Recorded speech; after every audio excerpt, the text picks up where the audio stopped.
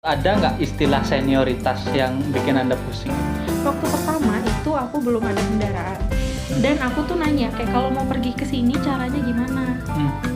Itu kayak orang-orang bingung. Emang di gitu. Jakarta ada 1 bulan tidak ada libur? Aduh. Pak Anies.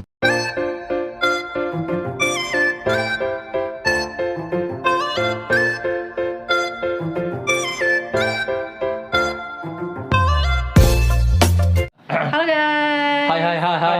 Hai. Hai hai hai. Kita ngomongin apa sekarang? Hai. Kita ngomongin karena saya dan Pak Indra yang biru-biru ini adalah orang Bali asli. Wih. Oh iya ya, asli. aku hitam sendiri, kalian Iya. biru-biru. Dan Miss Rahma adalah orang Indonesia keturunan Jakarta. Wih, keturunan Jakarta. Ya, dan dia merantau ke Bali sudah kurang lebih 3 tahun. 2 tahun. 2 tahun. 2 tahun. Dah gitu logatnya sekarang. Oh iya, nggak sadar aku. Dan logat Bali dipakai. Oh, iya. Oke. Jadi sebelumnya kita kan ada video culture shock di atas. Dan kita mau buat part 2-nya karena Miss Rahma kan sudah semakin lama tinggal di Bali. Ya, Semakin banyak hal yang buat dia gitu. Shock. Yeah. seperti itu guys, Ya. kira-kira. Sekarang ada berapa poin? 6 ya? Sekarang ada 6 poin. Iya, oke.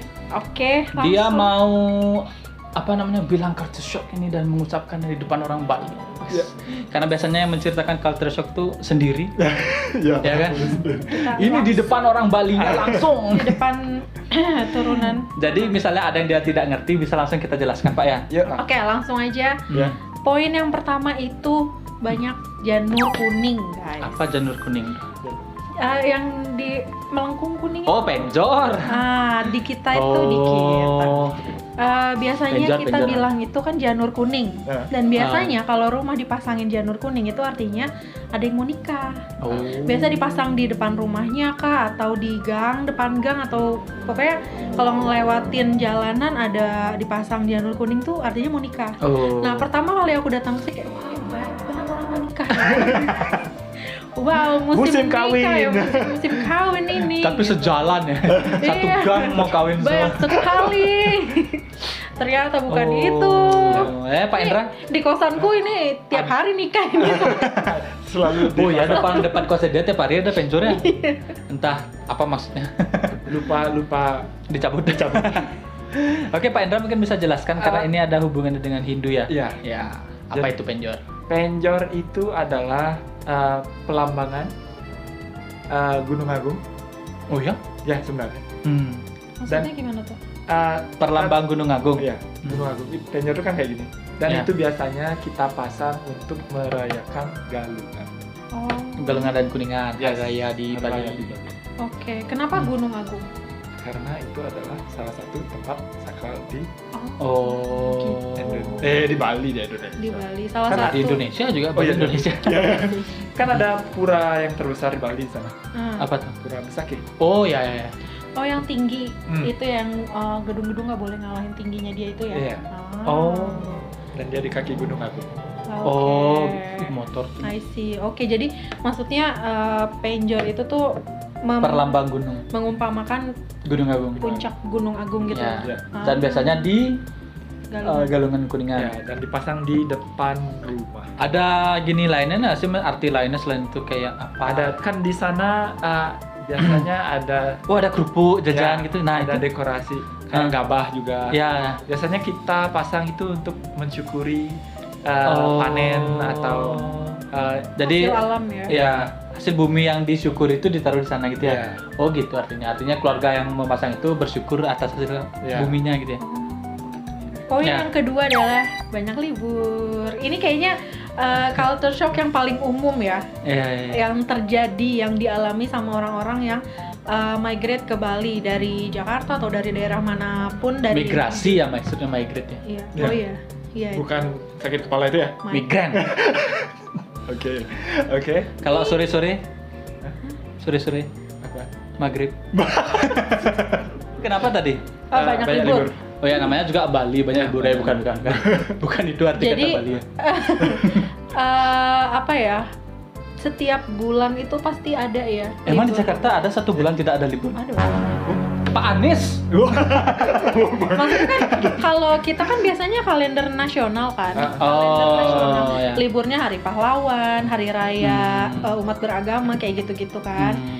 Nah kalau di Bali ini banyak libur-libur kayak libur apa, Galungan, Kuningan, kayak gitu kan biasanya walaupun tidak tertulis di kalender tapi tempat kerja, sekolah itu tuh diliburkan kan. Kalau Galungan, Kuningan tuh Itu Jakarta nggak libur ya? Enggak, Nyepi aja ya kalau kita ya. Nyepi pun nggak libur ya kalian ya? Nyepi nggak libur. nggak tahu. Nyepi tanggal merah kok udah. Galungan, Kuningan nggak ya, tapi nyepi. Nggak, kan ada Nyepi. Di Jakarta libur nggak? Nggak tahu. Tanggal merah itu udah. Pokoknya kalau tanggal merah, liburnya tanggal merah doang. Oh ya, Jakarta tuh punya kalender Betawi nggak? Enggak. Enggak, kalau Jakarta, kalau di Bali kan ada kalender Bali.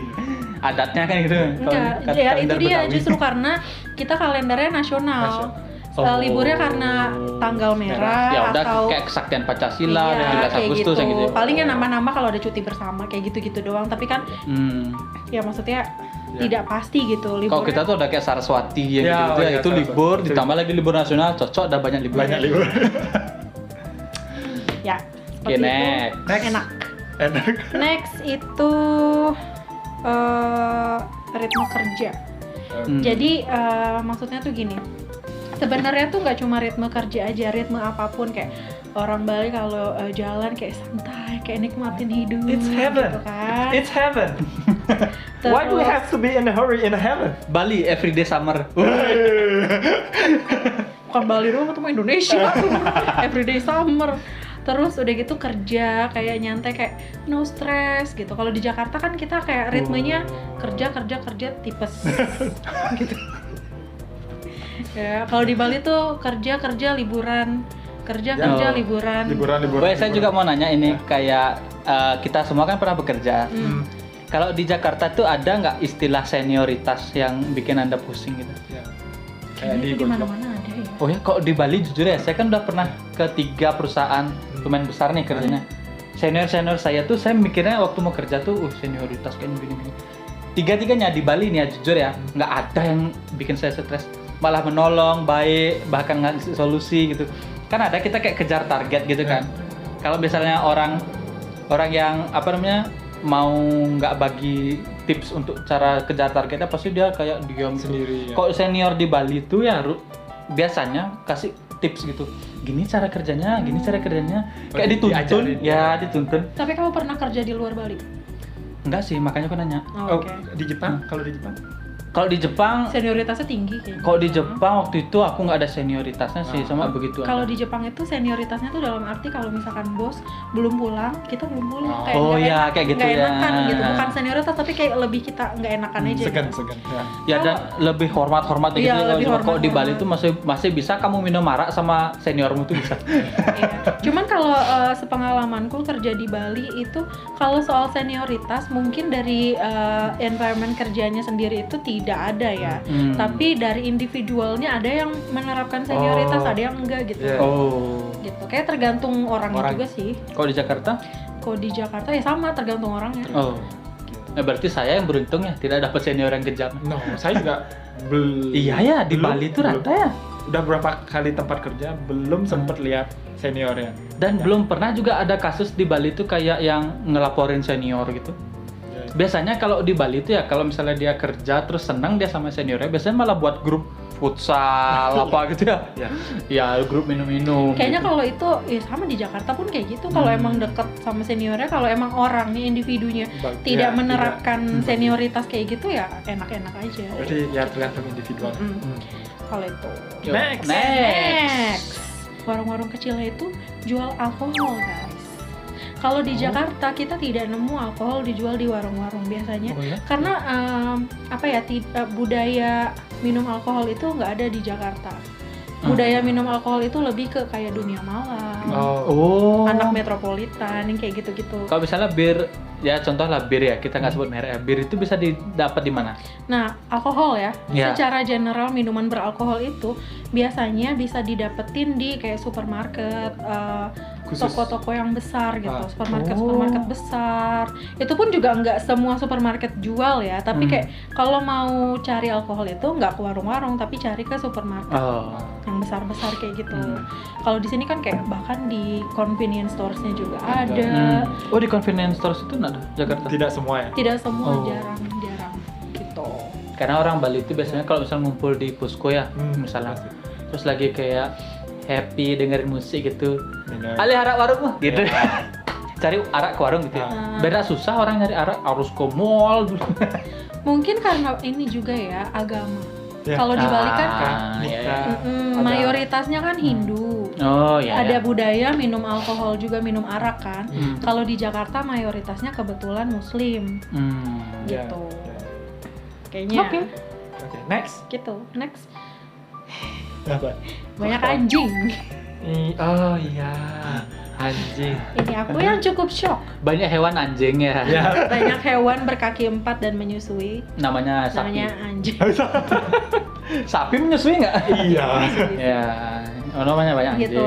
Jadi ya walaupun sebelumnya aku pernah ke Bali beberapa kali sebelum tinggal beneran di sini untuk holiday, aku lihat banyak anjing juga. Tapi kan setelah kita tinggal kehidupan sehari-harinya kita lihat itu kayak lebih aware gitu kan, lebih wow ternyata banyak anjingnya tuh banyak.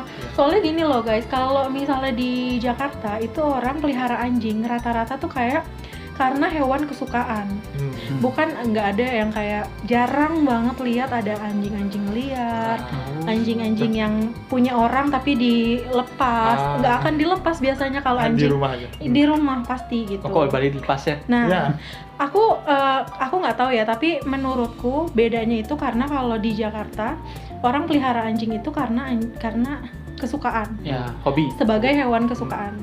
Kalau di Bali karena sebagai hewan penjaga. Ya, benar. Ya nggak sih? Jadi anjingnya ditaruh di depan rumah, bukan di dalam rumah. Ya. Nggak heran misalnya orang Bali satu rumah tuh bisa 3 tuh anjing. Ya. Bikin aku shock itu bukan karena orang pelihara anjingnya, enggak, tapi karena orang pelihara anjing tapi terus dilepasin dan anjingnya kayak cari dikasih kalungnya biasanya.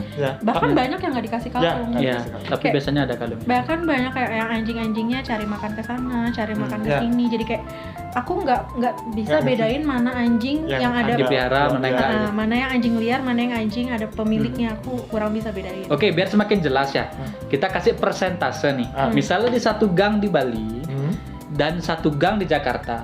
Satu gang di Jakarta Anda biasa bisa lihat berapa anjing? Satu.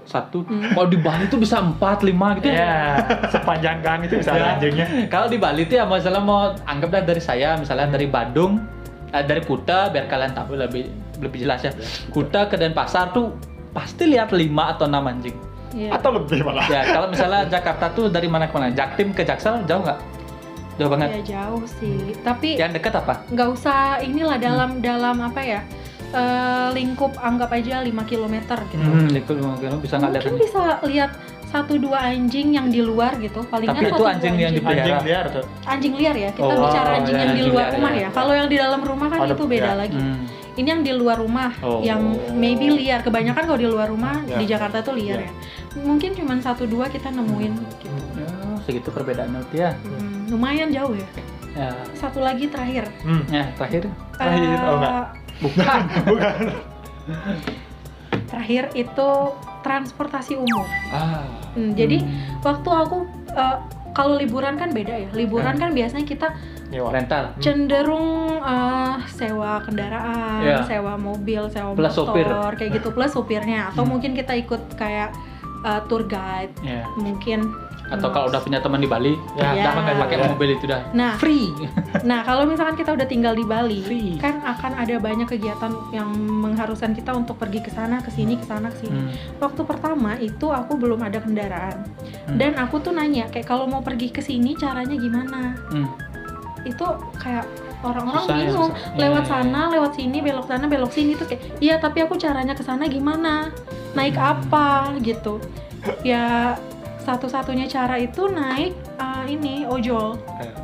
Itu juga pasti mahal. Kalau mau ke Ubud ojolnya malas juga dia.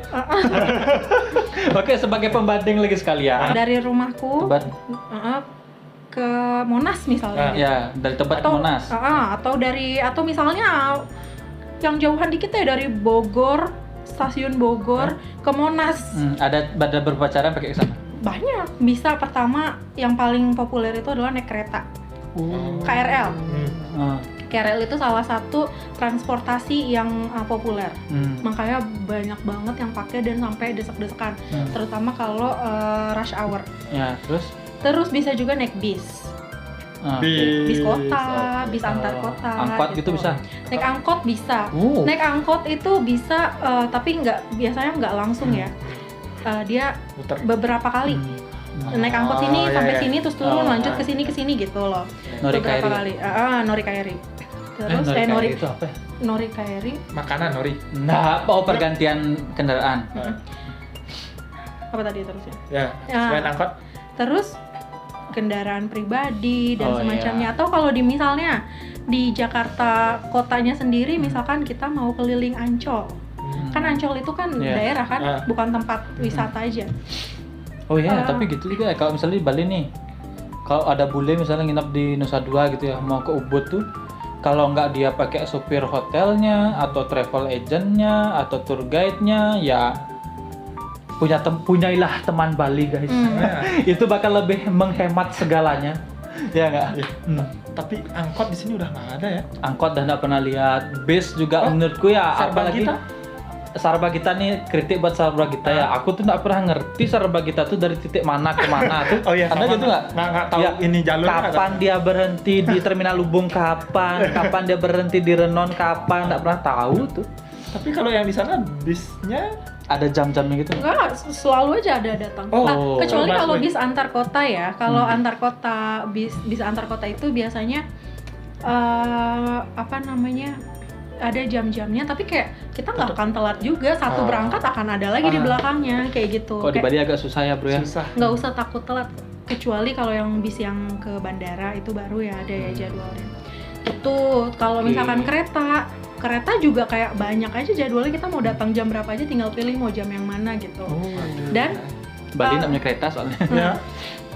Dan angkot itu salah satu yang kayak paling menjangkau tempat-tempat yang terpelosok. Kayak ganggang kampung-kampung. Ganggang kampung-kampung itu banyak angkot yang lewat. Jadi transportasi umum itu gampang ditemuin. Kalau misalkan kita ada di mana, mau ke sana, mau ke sini, itu alternatifnya banyak. Bahkan kalau misalkan kita buka map, itu kita bisa tahu. Map itu kita ngasih tahu kalau kita mau tujuannya ke sini, destinasinya ke sana, itu pakai nanti apa? di map dikasih tahu naik Oh apa iya, aja. ada biaya-biaya juga tuh kayak di Jepang ya. Kayak gitu. Berarti Jakarta udah lumayan. Iya. Kayak gitu. Ya pokoknya kalau ke Bali, milikilah teman Bali dan hidup Anda akan sangat menyenangkan. Kalau temennya menyenangkan. Atau siapkan budget untuk sewa kendaraan lah. Mantap. Ada juga banyak tour travel tuh. Ya, atau siapkan kaki yang kuat untuk jalan kaki. Mereka punya banyak paket kok yang seru-seru. Kamu jualan ya? Oke, sekian dulu video hari ini. Yes. Akan ditunggu lagi culture shocknya karena dia kan semakin lama di Bali. Ya. Semakin lama dia di Bali, semakin shock dia. Demikian Semakin dulu. terbiasa, semakin shock ya. Demikian dulu acara dari Rahma Shock. Shock.